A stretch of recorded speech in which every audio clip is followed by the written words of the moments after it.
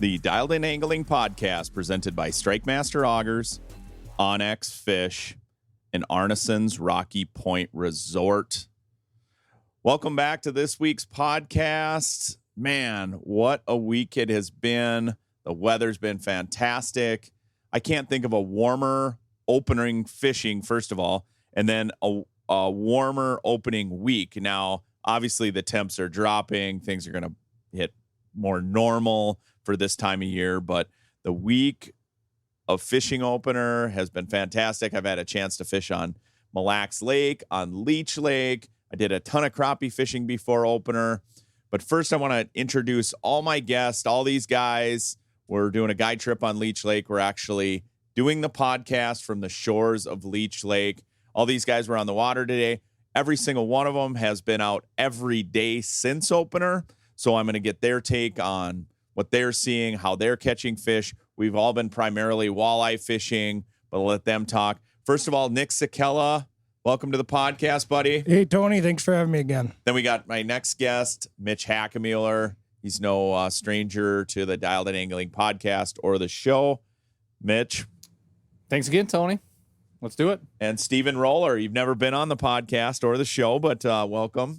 Yeah, happy to be here. Yeah, we'll get to know you a little bit better. I know you're super good friends with Walleye Will. You fished some tournaments. You just fished league night with them the other night. Steven's a good buddy of Will's and ours as well. We're all getting off the water of Leech. We literally just put the covers on our boats because there's a little bit of rain coming. We just got off the water. We just cleaned fish. It's super nice out still. Man, you guys, what a week of fishing. I can't remember a nicer week of fishing. Even those guys, when they got to the dock this morning, it was like, you can't pick a better day to go out in May. I can't think of a time where after opener, I jetted across Leech Lake or Mille or whatever without having a jacket or a sweatshirt on. I literally had like a light T-shirt this morning. It's unbelievable. Yeah, it was kind of weird packing for this trip. Looking at the forecast this week, it was like I bring a snowsuit and my swimming suit. So it's going to be up and down all week, and we'll see how the fishing changes here later on this week. But you know, it's been incredibly warm to start, that's for sure. I can't believe how much the water temps are varying, you know, like from one end of the lake to the other. I saw it on Mille. Now I've seen it on Leech. I mean, there was times where I saw 70 degrees. I can't believe that. I've never seen that. And I realize it's primarily surface temp. You could see the thermocline on your graph. Did you guys notice that line? Yeah. Like so many places you'd see that thermocline. It was unreal. Well, and the temps have been crazy. How about the wind?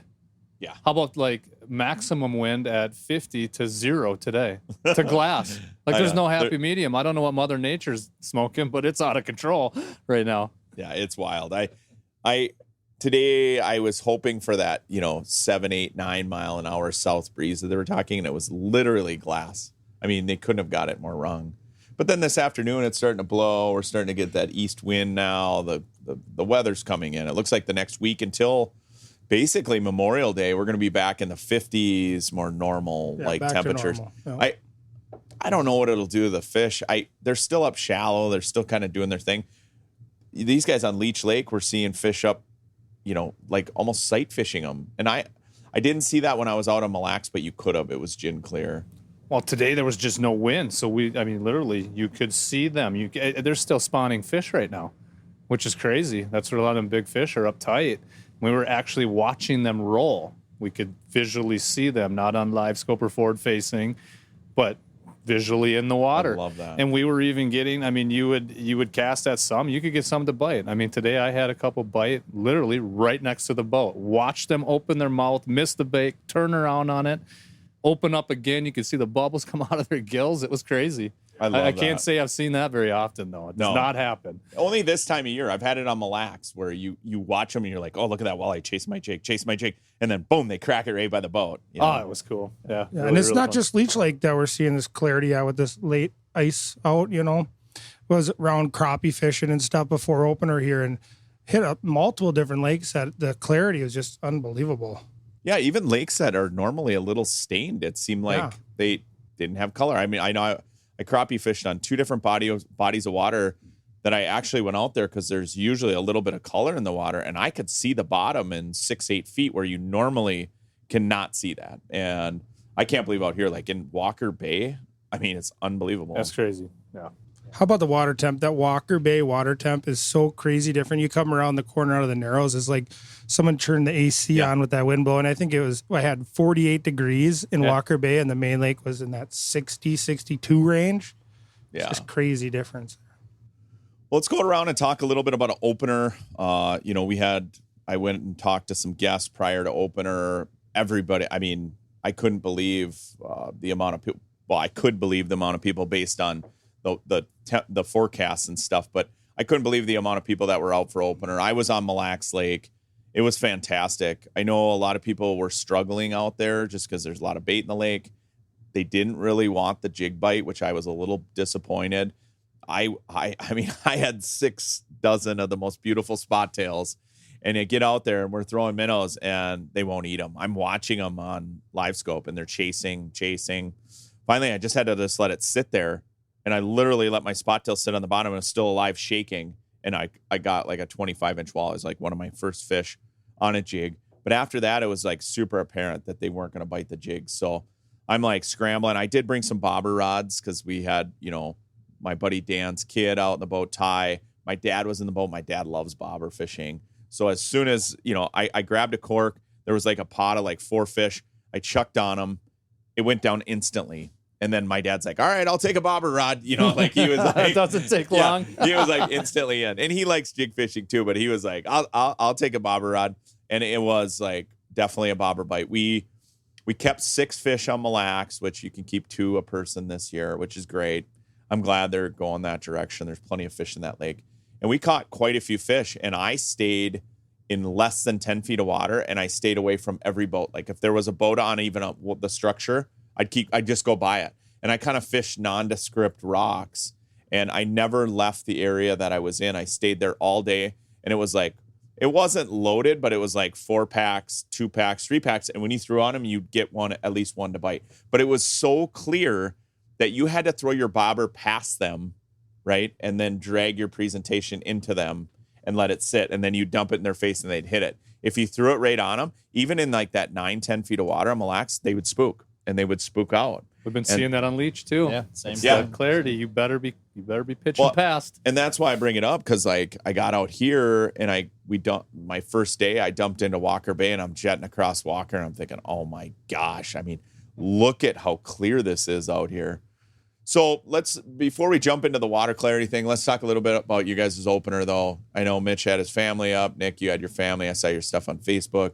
Steven, you were out fishing on opener. Opener is such a family event for me. Like everybody always talks like, hey, are you guiding on opener? Heck no. I'm fishing with my dad. I'm fishing with my son, Robbie. How was opener for you guys?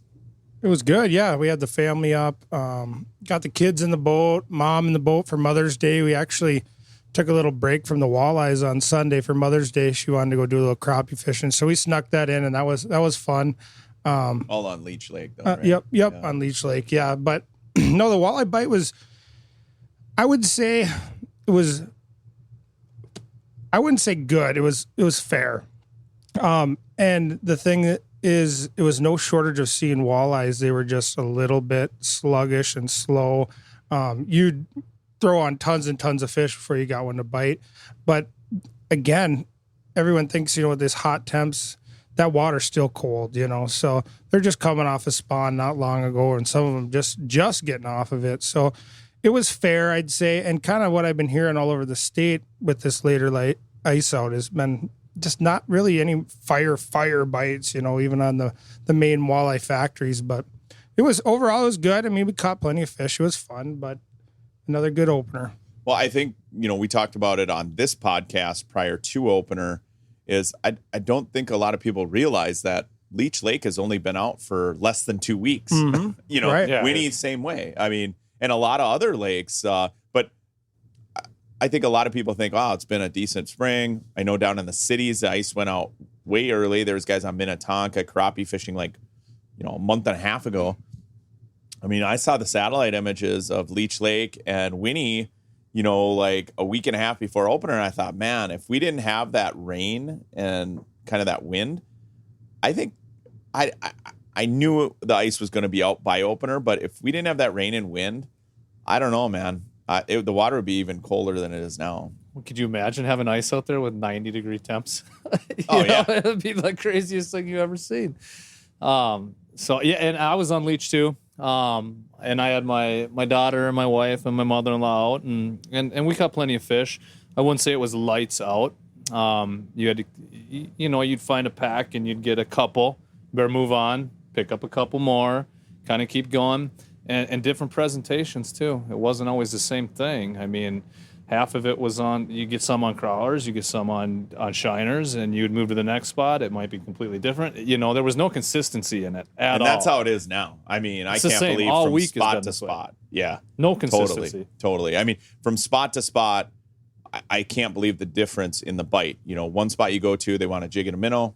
The next spot, and we're referring to Leech Lake now, is like the next spot you go to, they want a jig and a crawler. The next spot you go to, they want a bobber and a leech. I mean, it's wild, and it's like down the same break line. I had one spot like in the weeds where I was like, okay, well, I'm going to throw some bobbers in here because I was worried my guys are going to get hooked up in the weeds. They would not touch it. Threw a jig and a shiner out there. Wham! It was like instant. And then I went down the break a little bit further.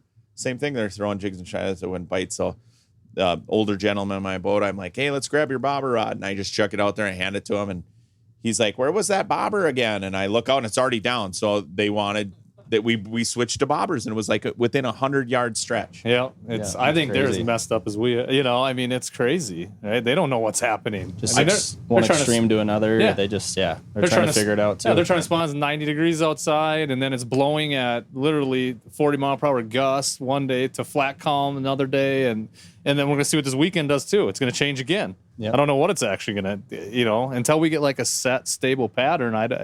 It's hard to set up fish and just know you're gonna go get them.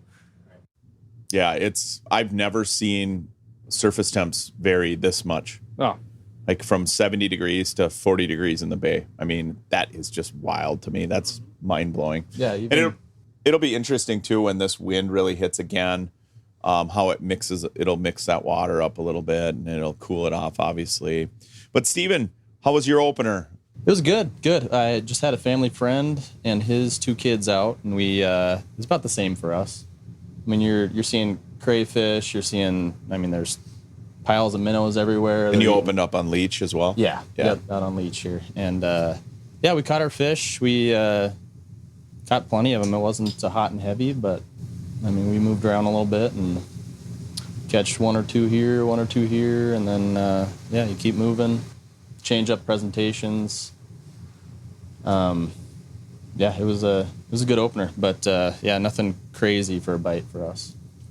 Yeah, I think it's hard with opener too, especially when you get clear water like this, regardless of the lake you fish, whether it's Mille, Leech, whatever. When you have a clear water opener like that, where it was sort of calm, no wind, and you have all those all that boat traffic, it's never lights out. It always seems like the fish are so freaked out. So, I think I was fortunate enough on Mille to just kind of find and carve out areas where there was no boats.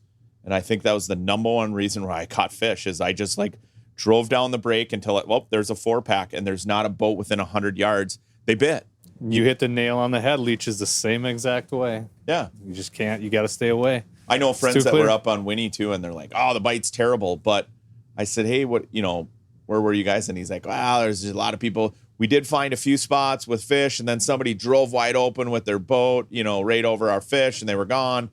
The typical opener stuff that you deal with. And I would way rather drive and spend 2 hours looking for a pot of fish that no one's around than to go sit in the pack of boats. I just can't do it. I don't like doing it in normal circumstances, but in opener especially, I cannot handle it. I know the north end of Mille was jam full of people, and I could see the boats up there from where I was at, and I'm like, I'm not going over there. No, not even worth looking at.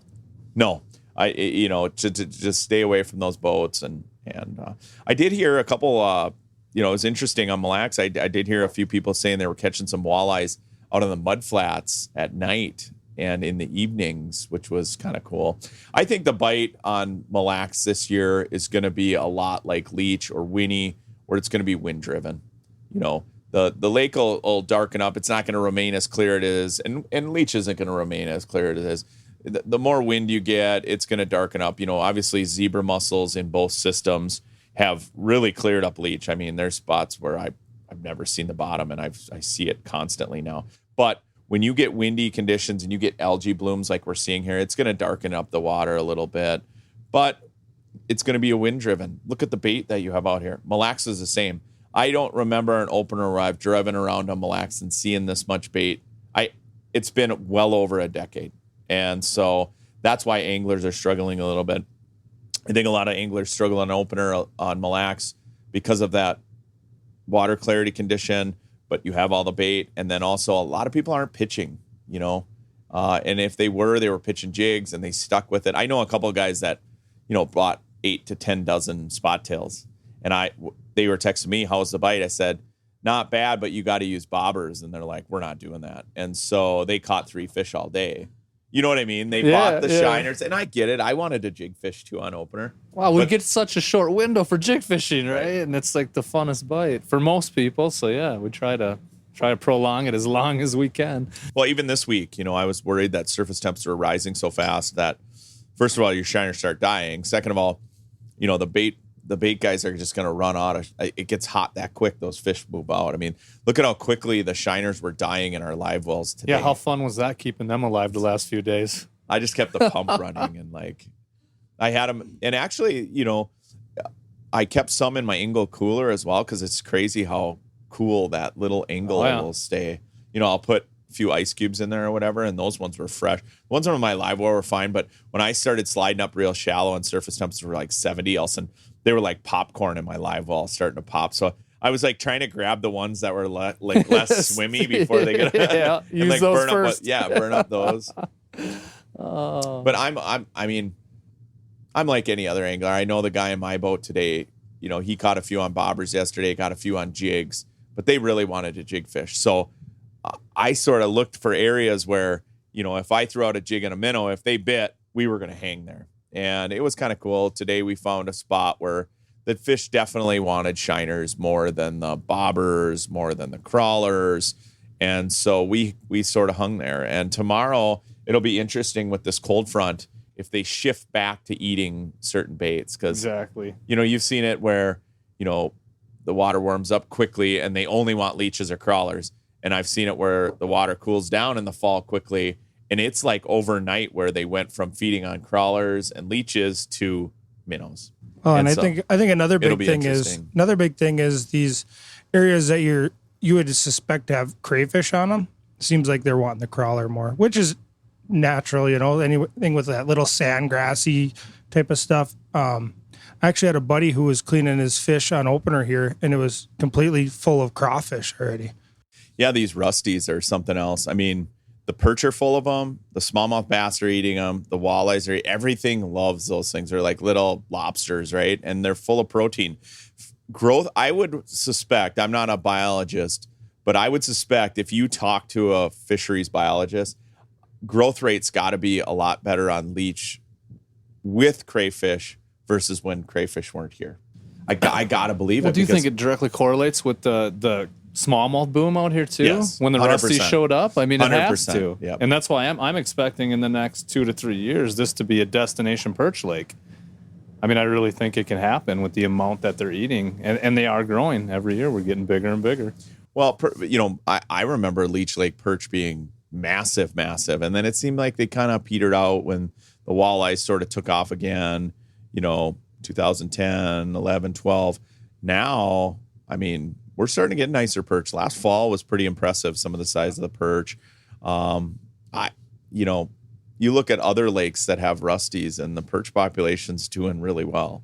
And so, yeah, with the spawning habitat that you have on Leech and the amount of bait fish and now rusties, I mean, it'll be interesting. It'll be interesting what zebra mussels do to this lake, though, for rusty crayfish populations. I don't know, because I've heard in other lakes they sort of plug the holes in which they hide in the rocks and that sort of thing, and it screws up their habitat. Their predation's better on them, but it seems like they're prolific spawn. I don't know if you call it spawners or egg layers, whatever they are. They're everywhere in the lake.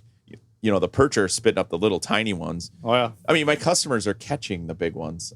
When we were dragging, we were doing sort of instead of a snap, I was making the guys drag the minnows a little bit yesterday, and the guy's like, got one, and he reels up, and it is a giant rusty. It's like the size of a pop can, and it's just standing there hanging on, and it drops on my floor, and I'm like, whoa, and I go to grab it, and it's like trying to pinch me behind the head. I'm like, look at this thing. These ones look big enough that they're going to hurt you if they pinch you. I mean, its claws are like 2 inches long. Baby lobsters. Like, they're scary looking. Yeah, they're getting big. and for those of you listening, if you don't know, rusty crayfish, they're an invasive species, right? But they're in a lot of lakes, obviously. Leech, Cass, Lake of the Woods has them. A lot of these bodies of water that have these rusties now, they just really take off, right? And they're just everywhere. They're bigger than our crayfish, and yeah, the fish at certain times of the year. It seemed like in the past it was like you'd hit a certain time of year and then the fish were really feeding on them, like during the molt, for example. Yeah, and then your whole live well would be full of them. But now it seems like they're feeding on them all year, and I just think it's just due to the sheer numbers of how many of these things are in the lake. I know some of the older guides that I would talk to on Leech, they hated them because they kill all the cabbage, right? They eat all that good cabbage. I know a few of the older musky guides, they were like just absolutely hated rusty crayfish. It was going to destroy musky fishing on Mille or on Leech, but it actually didn't. It just changed the way that these musky anglers had to go about catching these fish. Yeah, for sure. Yeah, and you look at like Cass Lake up near Bemidji with the zebra mussels and the crayfish in there, and it's as healthy as it has ever been. Yeah, Cass is another example of like rusties. I mean, yeah, we got some great perch last fall. I mean, they were 14, 15 and a half inches, some of them. Yeah. And it was yeah, I filmed a dialed in angling out on Cass and very impressed with the perch out there. And they were crayfish feeders even in the winter, and they chased the bait. It was interesting when they'd come up on the flats in the winter and they're in the weeds, they're feeding on minnows and that sort of thing. But when you go slide out to the basin in the winter and you put an underwater camera down, it's crazy how many rusty crayfish there are. And so if you can find those rusties, you're going to find the perch in the winter as well. And I mean, they're just like little morsels for them, right? They're just little lobster tails. So, yeah, it's amazing. It'll be interesting to see what zebra mussels do to this lake as far as clarity and how it changes it. It's already been changing it. I can't believe how clear Leech is, like last fall, for example. But, it always seems like when an invasive species gets into a system, it really ramps up, right, and takes off, and then sort of crashes out or evens out. Maybe not going to go away, but it just evens out. I mean, we've seen it on Mille where zebra mussels took off, and it was like, oh my gosh, the water clarity was just through the roof. And then now it's sort of stabilized a little bit. I think Mother Nature balances a lot of that out. I just think it just does. What I can't believe too is like, in addition, if we're talking along the lines of AIS, is like the amount of Eurasian milfoil on Mille that's really taken hold, and even out here on Leech. Oh, yeah. In areas that normally were cabbage related now are solid milfoil lines. And you think of lakes, smaller inland lakes that are muddy, yeah, Eurasian milfoil really takes off. But lakes like Mille, Leech, Winnie, that are windy all the time, it's hard for and have a harder bottom. It's harder for that milfoil to kind of really establish itself. But here in Mille it really has. I mean, look at Garrison Reef on Mille Lake. Wow, crazy. The whole thing is like one big milfoil bed. But why I bring that up is this spring, with no snow this winter, I can't believe the vegetation on all these lakes. I really can't. Crappie fishing, I've swung in and I'm like, is it mid-June? I mean, it's nuts. And even out here, walleye fishing in these weed areas that normally they have, you see that stubble on the bottom with forward-facing sonar or with your 2D, but it's standing stock cabbage that's like green, and it's milfoil that's green. It's unbelievable. Must have been the lack of snow. It was getting enough late, yeah, 100%. Through that ice. Because we had plenty of ice, no doubt, but the green cabbage is just, it's gorgeous already. And I was blown away yesterday when we were fishing the cabbage. I was like, man, this stuff's, hardy. Your jigs are getting stuck in it already, So I was super surprised by that as well. I fished a lake that had lily pads already popping through the surface. No way. They grew up. I'm not kidding. It was unbelievable. Even on Leech Lake, that north end, we got up into some of those corners, and I'm like, are those lily pads? Because I saw them with forward-facing sonar, and so I crept up there, and sure enough, the green sprouts, they weren't to the surface yet. But I'm like, that's unbelievable. But a lake I fished, they were already up through the surface. I'm like, wild. That is so crazy to me. And again, the ice came off like 2.5, 3 weeks ago. It's crazy. I know sunlight has a lot to do with it. You know, sunlight penetration through that ice is huge. I've fished lakes in the past all winter long where you go late ice and you cruise into there and it's just chock full of fish because it's loaded with green weeds. This year's no different. It'll be interesting with this warm up too, how fast these weeds like take off and really like choke out areas. Cause there's spots out here where, you know, you can fish them early and late, but then midsummer they get completely choked out. And with this warm up, it'll be interesting to see if it kickstarts it. Because I know, like even outside, look at the leaves on the trees. A week ago there was nothing. It was like all brown. The pollen on the trucks in the morning and boats and everything. Yeah. Yeah, I'm so glad I didn't cover my boat last night. I got up and the whole thing was like green and yellow. Like I put my cover on tonight. I'm not dealing with that. So let's talk a little bit more about just fishing on Leech in general. We all did different things. We did a guide trip the last few days. We got a guide trip with a different group coming up in the next few days. You know, when I started out, we talked a lot about, you know, just the different ways we fished in the different areas of the lake. I would say today, maybe it's just because I hit a few spots that were better jig minnow bite, but I had a better jig minnow bite today than I had yesterday. And that could just be the spots I hit themselves. You know, they just wanted shiners more. I don't know, but definitely today was a better bite for me in general. And a lot of the fish that we caught were on jigs and minnows. What about, I don't know what you guys saw. We just got done cleaning fish. We didn't really talk about where we saw fish. You don't have to name the spots, but like, what were you seeing as far as how you were catching them?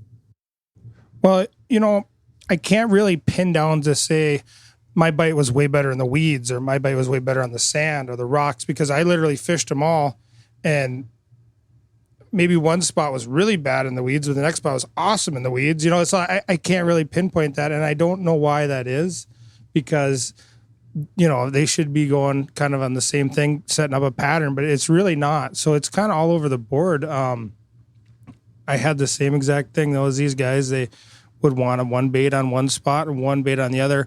Also, yesterday for me personally, it was a lot windier and they seemed to eat the shiner a little better. Today, when it kind of slicked out, they wanted a little more of the crawlers and leeches type of thing. But it's just no pattern. It's just crazy. It's just all over the board. I hope it stabilizes out soon. But how about you, Mitch? Well, and I was the same. I mean, it's like what Tony goes back to. I mean, you could fish a 100-yard stretch, and you might have that first pod of fish wants shiner. The second pod's going to want a crawler or leech. And then the third pod might want a shiner again. So like, you got to have all this in your boat, and you better have all your rods ready and rigged and having people throwing different things because each pod's going to tell you what they want, and they'll tell you pretty quick because if they want it, they bite. But it's not like just in the weeds. They want shiners in the weeds, and they want shiners in the rock. I will say that, you know, because, for example, Nick, I was talking to Nick. We all talk to each other on the water, see how we're doing, who's catching fish. I called Nick, and I was in the rocks, and I was actually catching them on jigs and shiners. But there wasn't tons of fish there, right? It was little pods of 4, and it would we would catch them when we threw on them, but they'd get so scattered because it was so clear. And then I would have to go a little ways and like, oh, there's a 2-pack, there's a 4-pack. But when we threw on them, we'd catch them. Well, I talked to Nick and he's like, oh, dude, there's tons of them. I'm in the weeds. You got to come over here. Well, I left biting fish to go over there. Well, I wrapped all the way around Nick and I saw fish where Nick was. Well, I didn't want to get right on top of you. So I kind of skirted that whole area and I was like, there's nothing. It was like crickets. And I just left biting fish where my guys are like, so, and the one guy's like throwing off the back of the boat while I'm scanning. I'm like, nope, don't throw out yet. And, you know, and so we're scanning. And then I did find them, you know, when I went north of you a ways, but like same thing. Like I expected all these fish to be in there and they were really tight on one particular area. And one weed bed, right? I mean, Yeah. there's no different than the one that's, 100 yards this way or 200 yards that way. But for whatever reason, that weed bed held a lot of fish. I felt myself the last few days, like I'd just be ready to take off and go somewhere. And then you like run into like a mega pack. So then you keep working down, I'd fish them for a while and then they get scattered. So I'd keep working down the break thinking, oh man, there's going to be, if they're here, there's tons of bait and there's going to be more down the break. And I'd get like further away from fish and I'd be like, oh my God. Why is there not more? Yeah. What is going on? There's tons here? of bait here. Why is there not fish strung out there? Be like kind of pockets of them where I know in the past, like if you find them in the weeds, they're all down this shoreline, Exactly. but it seems like they're in tighter groups. And maybe that has to do with the spawn and, how close proximity that we are to the spawn. I mean, if you guys saw females that were still way up shallow, I mean, that makes sense. All right, let's dive into fishing as we come up here in the summer. All of us here fish all sorts of different lakes. I know for me, I'm going to be on Leech. I'm heading back to Mille towards the weekend. I got a bunch of smallmouth trips coming up. Are there some things that you guys are doing this summer? Trips this summer that you're looking forward to fishing, maybe tournaments, whatever it may be.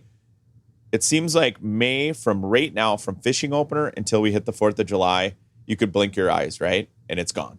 My wife is the maddest at that period. 100%. But I know if I look at my books right now, like I'm jam packed. So like, but for me, when it comes to guiding, like I like, to mix it up. I know I'll be fishing around Brainerd. I know I'm going to be over on Gull. I'm going to be on Mille I'm going to be here, heading over to Ottertail to fish the Lund Mania tournament later in the summer.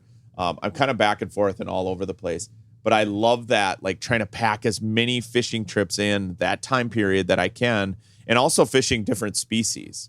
Because, if I'm just fishing walleyes every single day, I don't want to say get bored of it, but I like to mix it up. And if I am fishing walleyes for a number of days in a row, I like to have different bites. Like as this jig bite starts to slow down, I love fishing jigs and plastics, right? Snap jigging plastics. Love it. I love when we get into jig wrap bites. I like the fact when the bobber bite goes crazy and the bugs are hatching, and it's like those bobber days where you throw all the bobbers in one spot and they all go down at the same time. I mean, I look forward to those bite windows. Are there some things you guys look forward to the next month that you're really going to be jacked up about? Yeah, I mean, it's going to be busy. A few tournaments coming up. Excited for the water to warm up, fish some faster baits. And there's more options, you can catch them kind of 5 different ways usually. And it's fun. Yeah, it's nice when it warms up, summertime bites. I'm excited for that.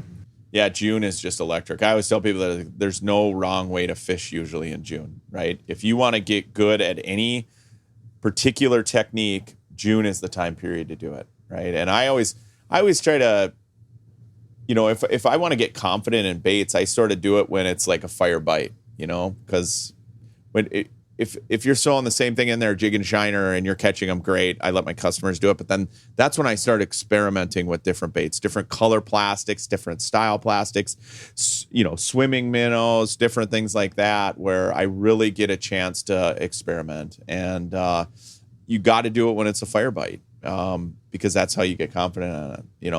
I can think of times where, any particular technique or bait or a new product that I wanted to try, I almost always do it during this time period.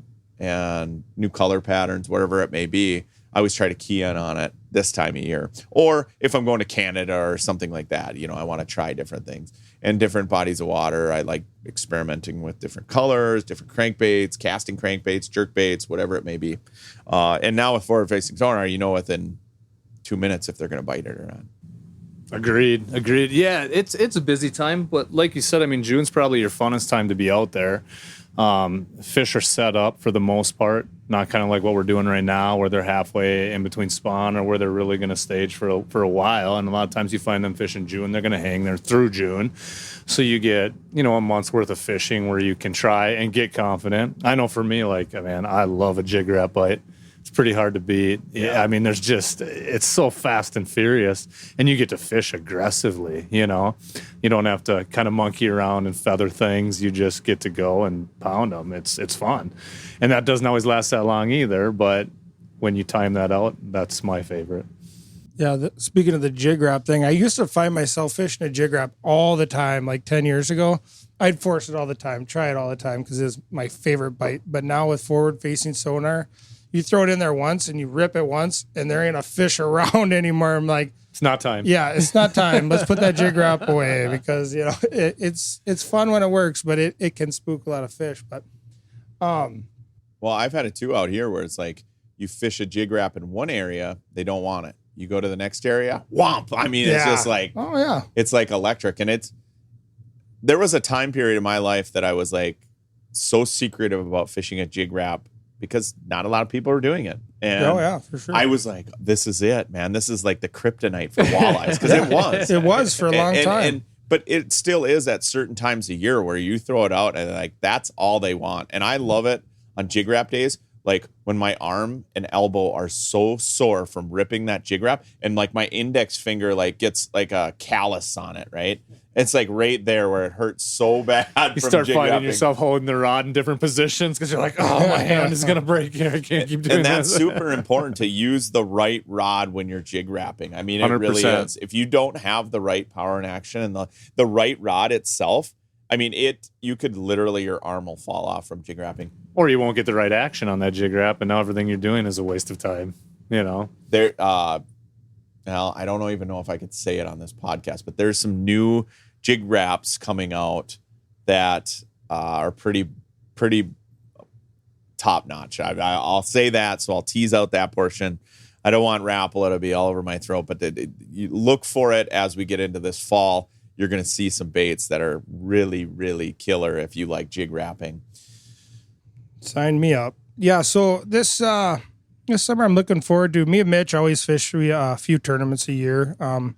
We're at Anderson Cove Resort up here, and we have a lot of different tournaments out of the campground here. They're just fun for the families and stuff like that. So in the fall, we fish with our with my 3-year-old and 5-year-old in a tournament, and it's one of them tournaments where you just catch anything counts. So it's a northern or perch or whatever, so that you can keep them entertained. But we're doing the Graha and the NWC on Cass, and one of our favorites, I know you and I, is when we get to go out with our wives. Leech Lake, and we yep. fished the Leech Lake Walleye tournament. Yep. That's in June, and that's an absolute blast. Yeah, we have four buddies now that come out, and we fish with their wives every time, and it's a riot. Yeah, so yeah, we really enjoy that one. And I think the ladies might look forward to that one more than we do. Even I mean, they are so in on it. It's the one tournament we're not in trouble. Yeah, I know. Yeah, right. Yeah, but it helps them understand what we go through when we're doing this and why. So it almost, I think, since we've done that with the women, it helps us out for the other tournaments. Like they're not quite as upset about it because they understand, because they just went through it too, Yeah. And it's funny though, when they're in there, it's a huge deal, right? Mm-hmm. But then when we're doing it us and our huge deal, then they want to get upset. But then you got to remind them, hey, do you remember when we fished that big one, you guys? And then you get a little bit of ease, I guess we'll say. Oh man, I remember the first year me and Greta, my wife, did the tournament. And we caught a couple big ones, and we were doing, pretty decent. And she was just like pacing around the front of the boat, and like, what is going on? She's like, I'm so nervous. I just don't know what to do. And I'm like, I know, isn't it awesome? This is why we fish tournaments. Why did you get so close to those ones? And I'm like, what is going on? Yeah, they're yelling at us. What's happening here? No, so they're totally in on it. They plan it. They take time off of work for it. They love the Leech Lake Walleye tournament. So that's something we make sure we do every year. Yeah, that's another big thing in June we look forward to. The first tournament I fished with my wife was the Hunters Point couples tournament on Mille. Yeah. This was years ago. And long story short, my wife doesn't fish that much. I mean, she likes being out in the boat. She likes tanning. She likes going with the kids, that sort of thing. But my wife is, when it comes to fishing, she could care less if she's fishing or not. So I had fished a tournament. I came home and I was like, hey, she said something to me about the tournament fishing. I said, hey, there's actually a tournament coming up. It's like after the 4th of July. It's a couples tournament on Mille. They still have the couples tournament. I think it's in June now, right? I'm not 100% sure. We used to fish it every year too. But me and my wife. I take my wife out there. We actually stayed at Hunter's, even though I don't live that far from Mille. We stayed down at Hunter's and just made a weekend of it. But all the boats are ready. I launched my boat. Like in tournaments, I always like to launch my boat early. I don't care. I just don't want to beat the rush. I don't want to be the last person to launch, or get stuck with a bunch of people. It stresses me out. I want to be sitting in my boat, making sure that everything's rigged up. Like that's just how I am, right? I want to get there early. So I launched my boat early, and my wife can't back up a boat or anything. So I backed it up. I wanted to get out of there before the couples, because I knew I was going to be like a one-man show when it came to putting the boat in. So I get the boat in the water, park the truck, sitting in the boat. My wife's nowhere to be found. I'm like, where is she? Right. And all of a sudden, all the boats are going out. I'm still sitting in the harbor. I go up to like the cabin at Hunter. She's not in there. I'm like, go in the bar in it, whatever. And she's not in there. And all these boats are going out. Now the like pilot boat goes out. And I'm not kidding you. All of a sudden they start doing the Star Spangled Banner. I'm like calling and texting my wife, like, where are you? Didn't hear from her. All of a sudden she texts me back. She's like, I'm on my way. Like, on my way. Well, she's in the bathroom with some other girl that was in the tournament, and they're doing their makeup and hair and all this stuff. My wife gets on the boat. I throw her rain gear. She's like, what's this for? It's super nice out. Well, it was rough. I mean, it's like 6 footers, but it's blowing off ashore from Hunters, right? So we're like team boat 9. And people are like, they're like, all right, team 5, team 6, go. And I'm like, whoom, I'm the guy racing up to the team 9. I take off. And my wife has never been in a tournament. She's never even been in rough water, like going wide open, right? So I'm like, I'm going to show her what a tournament's all about. Now you're wide stressed. Open. Well, yeah, and I'm already stressed. Faster. And where our fish were like, of course, tournament day, they're 9 miles from blast off. And so I'm going wide open. I'm like, screw it. It's a tournament. We're doing this. And went wide open. And we get there. She's drenched. And she didn't even put the rain gear on. She's like, oh, I see why they have the rain gear. I didn't know that. I just thought you guys thought it was going to rain. She's like totally oblivious. But long story short, we did really well in the tournament. I think we got 3rd place or something like that. And at the end of the day, she's like, that was really fun, but it was kind of easy, and I was like, it's not easy. Like, the amount of work that came before that. And I will say with my wife, I am fortunate. My wife loves to fish, and she's hardcore. She'll go out in anything. I usually get in more trouble because I'm fishing with Nick, and she wants to be in the boat with me and not Nick. That's where most of the consternation comes with my wife. It's not the other side of it where she has no clue. It's because cool, she wants to be there. That's cool that your wife's like the fish, though. I mean, my wife loves being in the boat. She grew up in the boat. She grew up on the lake, so she loves being on the lake. But it's like when it comes to just the act of fishing in the boat, she could care less, How did her makeup look when you got across the lake? That's what I want to know. It was awesome. Her hair was all wet. Yeah. We fished that couples tournament a couple years, and it was like a bad thunderstorm. And I remember sitting on the front of, I think it was like up on the north end of flats. And back then I had a tiller boat, and we were back trolling and just going really slow. And I just remember looking up at my wife, and her hair was like standing on end, and there's like lightning hitting everywhere. I'm like, oh my gosh. And we zipped into Red Door because it was like major storms that year. But I just remember like every follicle of hair on her head was standing straight up in the air. And it was one of those days that you could feel it in your rod, it was like zapping. And I'm like, I don't want both my kids to not have parents, growing up because of a couples tournament. We had a few guide trips like that on Mille, and like the storms were like, 200 miles away, but there was so much static in the air that, I had these 2 girls in the boat, same thing you're saying. And they were daughters of a couple dads that we had out. So, and I remember looking behind me and there, because I could hear all of a sudden I heard my line, it was starting to vibrate, and you could hear the rods vibrating in your eyelets. And I was like, what is going on? And this was back when we used to run a lot of bottom bouncers.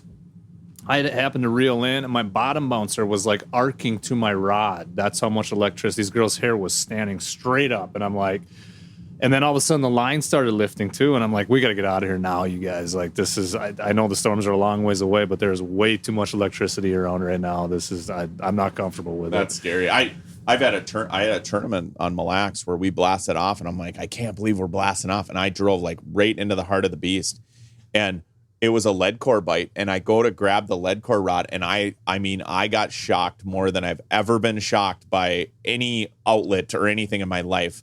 And I'm like, we're going to shore. So we drove right into Terry's Boat Harbor through the storm, but other people stayed out there, like, John Hunt. There was all these guys that just stayed out there and trolled, and I'm like, unbelievable. Weren't you guys getting shocked? And they're like, yeah, we just kind of hunkered down in the bottom of the boat. I'm like, you got lightning rods out the boat everywhere. I stand corrected. I think John did come in, but there was other people out there that just kind of fought it out. I'm not, a tournament that's, I remember the prize, but it was like 7, 8, 9 grand. Not worth it. No, Not worth the prize money to get shocked and electrocuted by lightning. I always err on the side of caution. I mean, obviously now with smartphones, there's no need to get stuck out there in storms. I mean, you know what's coming. You can see it, especially on big lakes like Mille, Leech, Winnie. Usually can see it coming. I rarely get, stuck anymore. It's been a long time since I've been stuck out in a storm. One of the very last times that I got stuck with customers, it was like one of those storms that crept up on me. It was like I was fishing super hard, and all of a sudden, wow, it's getting dark. And I was like, whoa, it's like right there. And it was one of those storms that was moving super fast across Mille Lake. I remember I was fishing the north end of Mille up in the sand, and I went wide open to Hunters. And by the time we got to Hunters, we were getting smacked so hard with hail. I pulled into the dock, and lightning hit that, like those big trees that are at Hunters Point, hit one of those trees, and I was grabbing onto the dock post, and I got shocked so hard, and that scared me. So now, 20 years of guiding, I err on the side of caution. If there's storms coming, we all talk. We all try to get off the water. I think the technology is so much better now. You can get radar on your phone. I mean, you see that, that story I was telling, that was, 15, 16, 17 years ago when we didn't have any of that, not good stuff anyways. So, yeah, it's a different ballgame now. You can play it safe. Right on. Well, let's take a quick break, guys. When we come back, let's wrap up the show. Let's talk a little bit more detail about Leech Lake, Mille, if anglers are coming up to Leech, if they're coming up to Mille, if you're coming up this weekend, what you can expect. Also, let's wrap on a few other little tidbits and secrets we can give anglers to give them an edge, and so they can capitalize on this great June bite to come. Stay tuned. We got more dialed in angling coming your way. onX Fish is the best tool I have ever used for finding new lakes to target. Download the app today to get fisheries information in the state of Minnesota and Wisconsin, along with research tools for serious anglers and beginners alike. Filter lakes by species, trophy only, keeper fish, abundance, or all of the above. Plan which lakes to fish with the app, navigate to the accesses, and once you're there, use the onX best-in-class weather imagery and fishing hotspots to catch more fish. onX Fish is a phenomenal tool both on and off the water for discovering new fishing opportunities, many of which you would never known existed. onX Fish, the app that is changing the game on ice. Arneson's Rocky Point Resort in northern Minnesota offers a little something for everyone.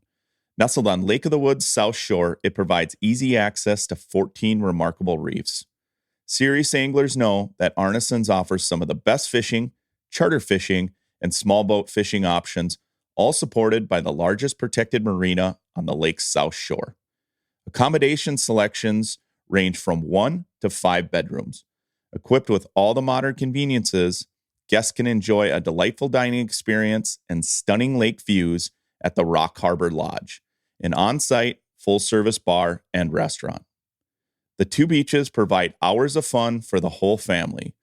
Whether you're seeking an idyllic fishing spot or a relaxing vacation, Arneson's Rocky Point has everything you need. Check them out at arnesonsresort.com.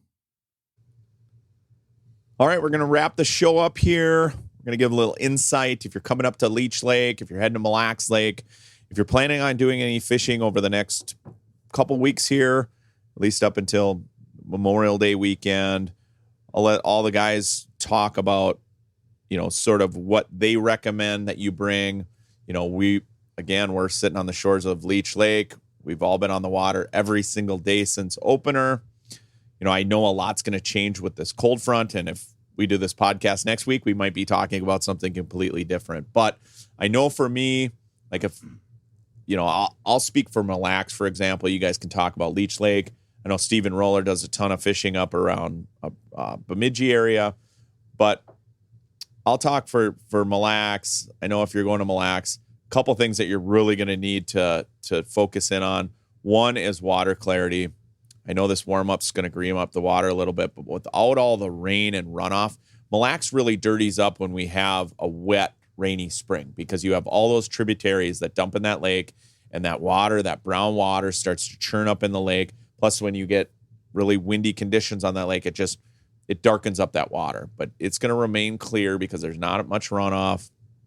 It's going to get cold again here. So if you're going to Mille Lacs Lake, make sure that you're super conscious of fishing away from the boat, right? Not driving your big motor over them, not even driving your trolling motor over them. Keep those fish, if you've got a live scope, if you've got forward-facing sonar, keep those fish at 40 to 50 feet away from your boat minimum, okay? And I'm not saying like I didn't have a good jig bite. I'm sure around that lake there was a jig bite somewhere, right? It's such a big lake. I'm sure they were biting on spot tail shiner somewhere. I didn't have a good jig bite, but with this cool down, I'm not saying that the jig bite's dead. I'm just saying that bring the jig rods, but bring the bobber rods, because just my experience here, what I saw in opener, you're going to have to have both presentations, and you're going to have to keep your presentations away from the boat. I would say Mille Lacs is a little more advanced in the sense where you're not going to have to fish in under 10 feet of water. These fish are kind of starting to move out to some of these secondary breaks. Like I said earlier in the podcast, people are even catching them on the mud flats. So if that's any indication, these fish are going to be moving quickly. Mille Lacs is really driven by bait and bugs, right? I've seen it where they've been all over the rocks, let's say on the northwest side of the lake, for example, where they're everywhere at Miramar, Garrison Reef, anywhere you go along the shorelines, fish are absolutely everywhere. And literally within a day, they are out on the mud flats. And so big fish movements are going to occur from now until Memorial Day. It always happens on Mille Lacs. It always happens on these other lakes. So when you're out there, find fish first, keep your boat away from them, stay away from the crowds, have the bobber rods ready, have the jig rods ready, and jigs and plastics. That bite gets really, really good. So many times on Mille Lacs where they're not biting a spot tail shiner or a shiner minnow, especially when the water warms up, you put a plastic on, like a paddle tail, like a Largo shad, you throw Crush City Mayor on there, you're going to crack fish. It's unbelievable how they react to those baits on Mille Lacs Lake. All right, Nick, let's start with you. What would be your recommendation for anglers if they're coming up fishing this week? Yeah, so if you're coming up this week, bring it all. Honestly, bring your bobbers, bring your jigs. Don't be afraid to throw a jig in a leech or a jig in a crawler, or not just under a bobber as well. Personally, through Memorial Day and on, I push the shiner bite as long as I can. As long as that bait shop has them, I'm going to grab them, even if they're not biting them, because I just love a shiner bite. So I try to throw a jig as much as I can, but sometimes the fish don't just allow it. So, I'd say really out here, you can't fish too shallow. There's too shallow, I don't think exists right now. But I'd say your medium range is 7 to 10 feet, where you'll be maybe 7 to 12. And as we go on, towards Memorial and stuff, it's going to keep pushing out and out, and you'll start seeing them get out on them deeper secondary breaks and maybe starting to trickle into some, humps and rock piles like that. But, Leech is a little bit different in the sense of from Mille Lacs is a lot of our spawning, I feel like actually happens on some of these rock reefs that are offshore. So some of the fish are already set up offshore on some of these bigger rock reefs and stuff like that. So they're not just transitioning out into the mud. A lot of them Mille Lacs fish aren't spawning out on the mud flats, know. So there are some fish that are offshore already, but still on shallower structure. But yeah, no, I mean, like we've said the whole show, there's really have it all, because it's obviously as we go later on, it's going to go to more of your leeches and your crawlers, and the minnows will kind of phase out and then come into fall and stuff. It'll go back to minnows. But Yeah, bring it all and focus in on that, 8 to 12 foot range. Can't really tell you if it's going to be rock, mud, sand, weeds, whatever, so they're kind of on all of it right now. So don't leave anything unturned. But like Tony said, keep those fish away from your boat. 40 to 50 is, where the sweet spot to be casting at them, I feel like, is where you can still see them well, but they're far enough away from the boat.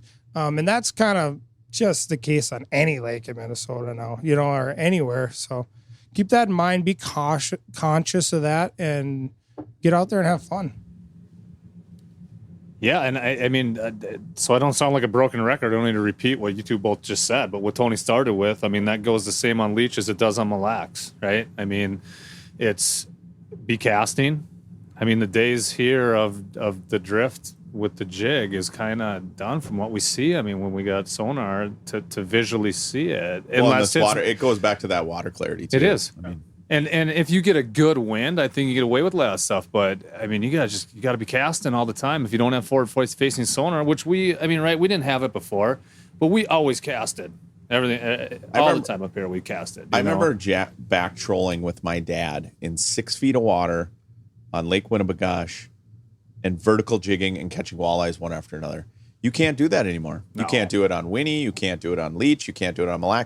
I remember live bait rigging on opener on Mille Lake in 10 feet of water and whomping the walleyes. You can't do that anymore. And right now, like, as far as what to bring, I mean, it's kind of a loaded question. I mean, you kind of listen to the beginning of the podcast. When you're talking a 100-yard stretch on the same schools in the same spot, whether that's weed, rock, or sand, they would prefer different things each time. I mean, we can't reiterate. It's just been an odd week here with opener, the ice going off not that long ago, to these kind of temps, to surface temps that vary 20 degrees from one bay to the next. I mean, that's why you got to kind of have everything. Nothing's fully set up yet. When we get stabilized here, maybe after we drop off to, highs of 45 this weekend, and then we get back to like what we should be around 60, we might see some normalcy, And like Nick said, we'll push the shiner bite as far as we can. And I mean, from what I notice, when it cools off like it's going to this weekend, if you're coming up this weekend, the shiners typically outperform because everything is cold again. That surface temp drops. And I don't know, again, I'm not a biologist or anything. I don't know how, what we're reading surface temp on the back of our boats or on our deucers. I don't know how far down that goes. I mean, what is the temp really at 6 feet down? I mean, it's got to be. I mean, I could see that thermal climb. Yeah, I mean, and it's got to be significantly colder because there's so many times where it was like a solid line everywhere I went. Well, and today it was so hot, so hot. I mean, I'm telling you guys, today it was flat calm. And I mean, when I was driving back to come up to where we're at now from where we were guiding out of, I mean, my truck was reading 90 degrees. Yeah. And there was not a lick of wind. So, I mean, I know I was hot. I was telling my customers I'm tempted to jump in. I mean, I was getting way overheated. I could not drink enough water. And you didn't want to eat. It was so hot. I went off the back of the boat and just dipped my waist in. And I can tell you what, my surface temp was telling me it was 62. But where my feet were, 4 feet down, it was not 62. I mean, I cooled off in a hurry. So I'm glad I didn't just jump in. That would have been... That would stop your heart. Yeah, I probably... Yeah, So I mean, I mean, if I was leaving today, I'd have a little bit of everything. I just would, and then I'd probably start, centering that on shiners this weekend when it cools off, and probably into next week, But I mean, again, that's me, and I like to push that jig bite as far as I possibly can because it's my favorite way to fish. And there's one thing we didn't touch on there with the jig and shiner bite. We're not doing the big old snapping jig. No, it is as subtle as you can make it be. I mean, you're lifting and holding and just let that pendulum down, and that's when they're biting it or just shaking it along the bottom. If you are moving it too much, you're not getting bit. I mean, there's times where you're just dragging it along the ground, not even moving it. That's what they want. They do not want it moving fast. And that's why I like throwing like that aspirin head, like I threw the moon eye jig with the spot tail on there versus any other minnow. When you put a spot tail on there, that thing, especially live spot tails, they'll swim down, kind of like a chub swims when you're rigging, right? That thing, if you watch that bait, it'll sit in line. So You don't have to put a lot of movement on it for that spot tail to actually be working for you.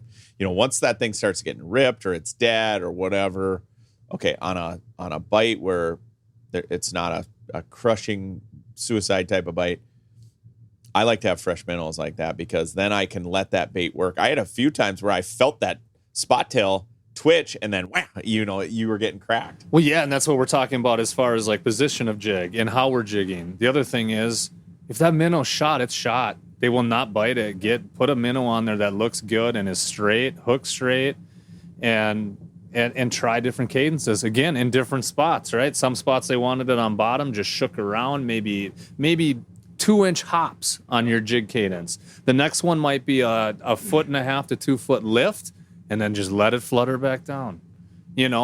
I had a few spots where I could actually jig it pretty aggressively and do some snap jigging. Not very many this week. There was very, very few. When I'm saying very few, I'm saying like 1, 2. Two spots maybe where I got away with it. And even then you'd get away with it on that school.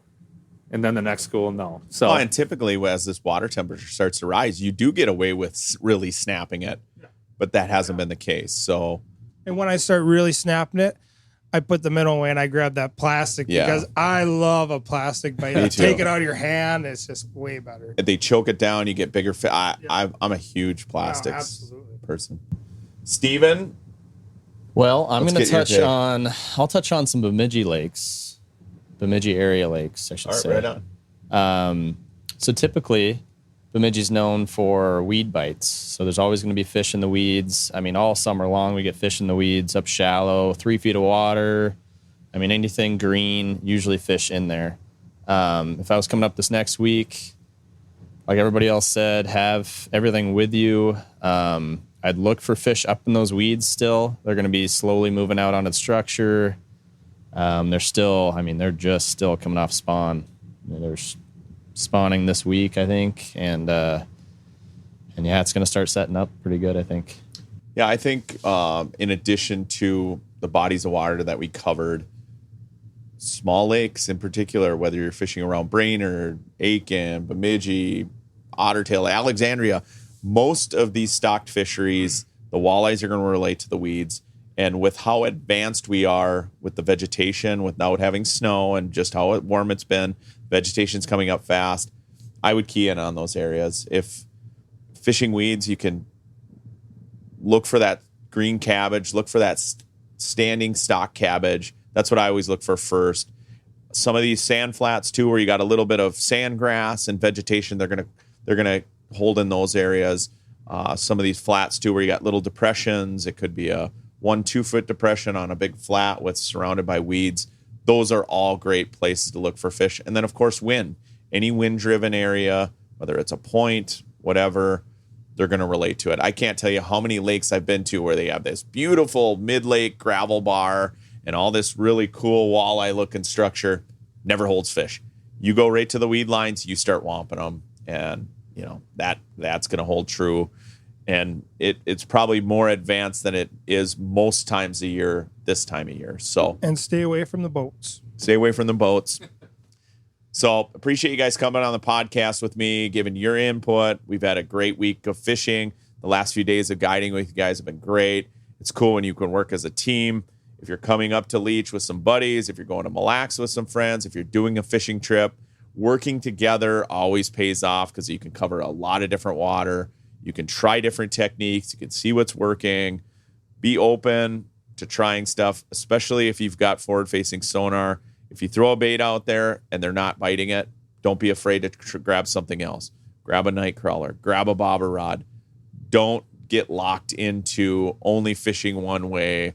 You're really limiting yourself right now.